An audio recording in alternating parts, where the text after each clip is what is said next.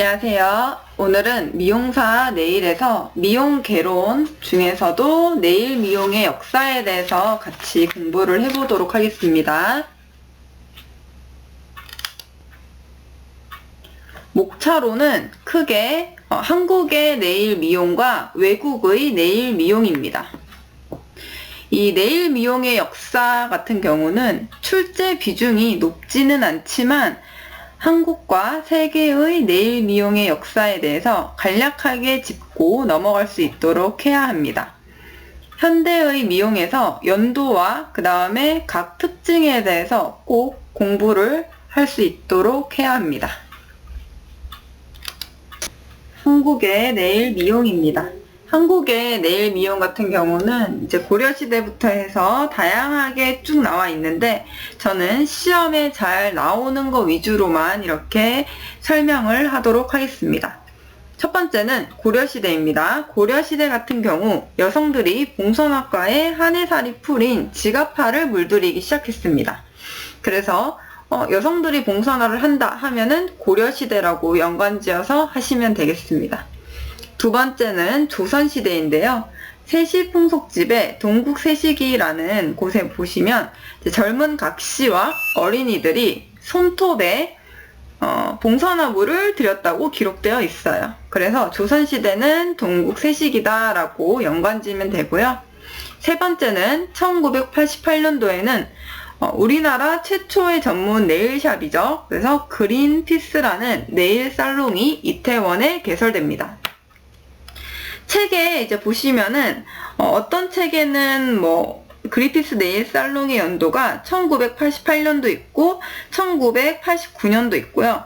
또 어떤 책에는 1992년 등 이제 다양한 주장들이 있는데요. 1988년에 서울 올림픽에서 미국의 육상 선수인 그리피스 선수의 손톱이 화제가 되면서 이태원에 그리피스 샵이 생겨났다는 정도로 이해하시면 되겠습니다. 다음으로는 1996년도입니다. 1996년도에는요, 네일 살롱이 압구정동에 개설이 되었습니다.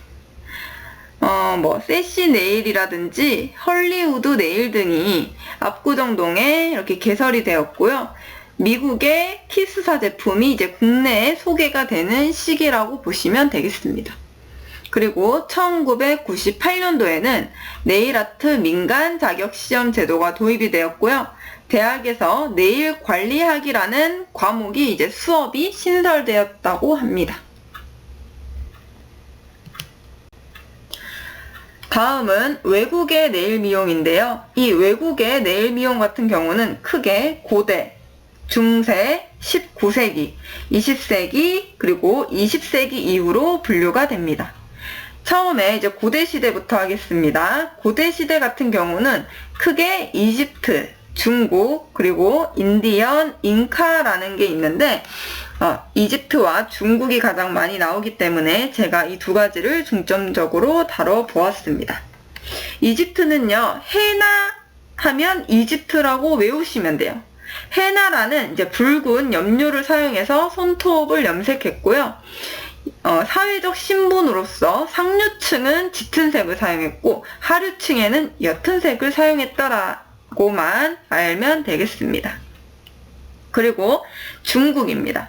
중국은 홍화, 입술에 바르는 이제 홍화로 손톱을 염색했다라고 되어 있고요.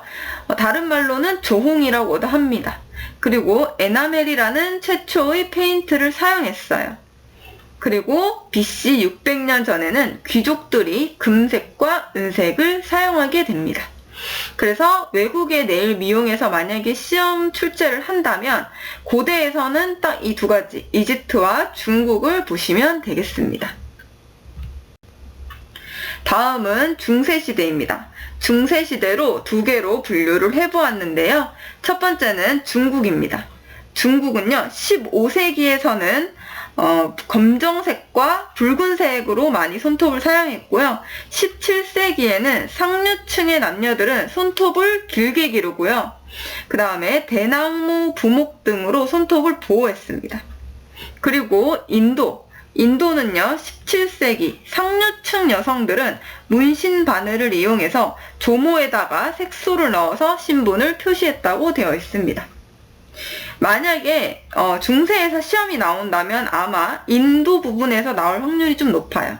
17세기에 상류층 여성들이 바늘을 이용해서 조모에다가 색소를 넣어서 신분을 표시했다라는 부분, 이 부분을 조금 더 보시면 되겠습니다. 다음은 19세기입니다. 19세기는요, 1800년대, 1830년대, 이렇게 쭉쭉 많지만 대표적으로 세 가지를 보겠습니다. 1800년대는요, 네일아트가 대중화되기 시작했습니다. 그리고 아몬드 모양의 네일아트가 유행을 타기 시작했고요. 향이 있는 빨간 기름을 바른 후에 샤미스를 이용해 색깔이나 광을 내었어요. 샤미스라는 말은요, 염소나 양의 가죽이라는 말입니다. 다음은 1830년대인데요. 1830년대는 이제 시트는요, 발 전문 의사예요. 그래서 이 시트가 치과에서 사용하던 기구에서 이제 생각을 해서 오렌지 우드 스틱을 직접 네일아트 관리에 사용을 하기 시작합니다. 그래서 연도와 이 핵심 인물은 조금 알아두셔야 돼요.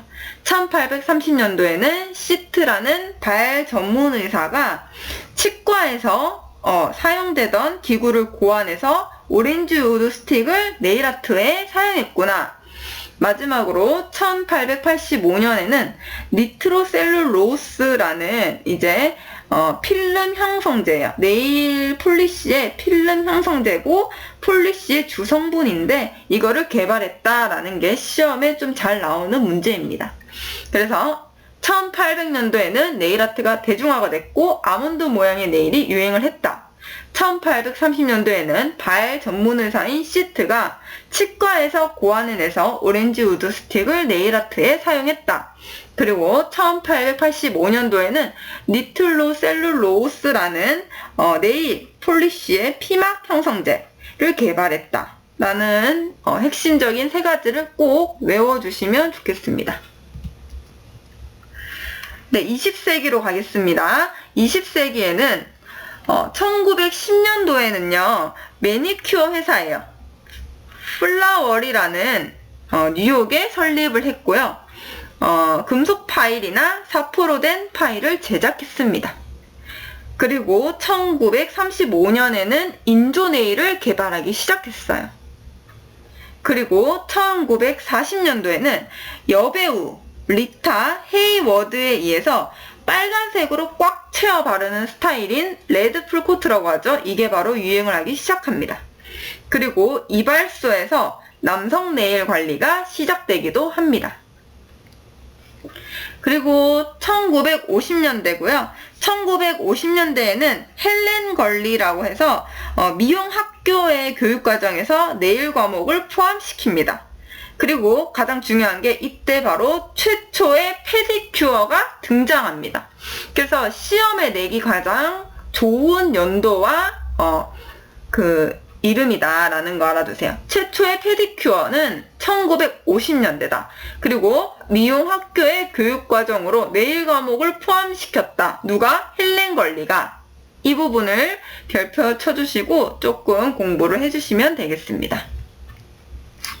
그리고 1970년도에는요, 네일 팁과 아크릴릭의 네일을 사용하게 됩니다. 이거를 본격적으로 사용한다고 생각하시면 되고요. 그 다음에 치과 재료에서도 아크릴릭 네일 제품을 개발하게 됩니다. 다음은 1976년도입니다. 이때는요, 이제 아까는 아몬드 네일이 유행하던 때가 있었죠. 그때가 19세기에서 1800년대 아몬드 모양의 네일이 유행한다고 아까 말씀드렸는데, 이번에는 1976년도에 스퀘어 모양의 네일이 유행하게 됩니다. 그리고 이때 네일 아트가 미국에 정착을 하게 됩니다. 그리고 1989년대는요, 이 네일 산업이 급성장을 타기 시작합니다. 그리고 1994년도에는 바로 현재까지도 많이 사랑을 받고 있는 라이트 큐어드 젤 시스템이 등장하게 됩니다. 그래서 한국의 네일 미용과 외국의 네일 미용을 다 외우실 필요는 없고요. 이렇게 화면에 나와 있는 핵심적인 부분들을 요약지어서 생각을 해주시면은 조금 문제 풀기가 수월하실 거예요. 그리고 마지막으로 20세기 이후는요, 2000년도에는 2D, 그 다음에 3D 등과 같은 입체 디자인과 핸드 페인팅, 그리고 에어브러쉬 등 다양한 아트 기법이 등장했고, 그 다음에 2014년도 2월에는 뮤지엄 오브 네일 아트가 설립되었다. 그래서 전문가와 아마추어들이 네일 아트 디자인을 공유했다라는 게 있습니다.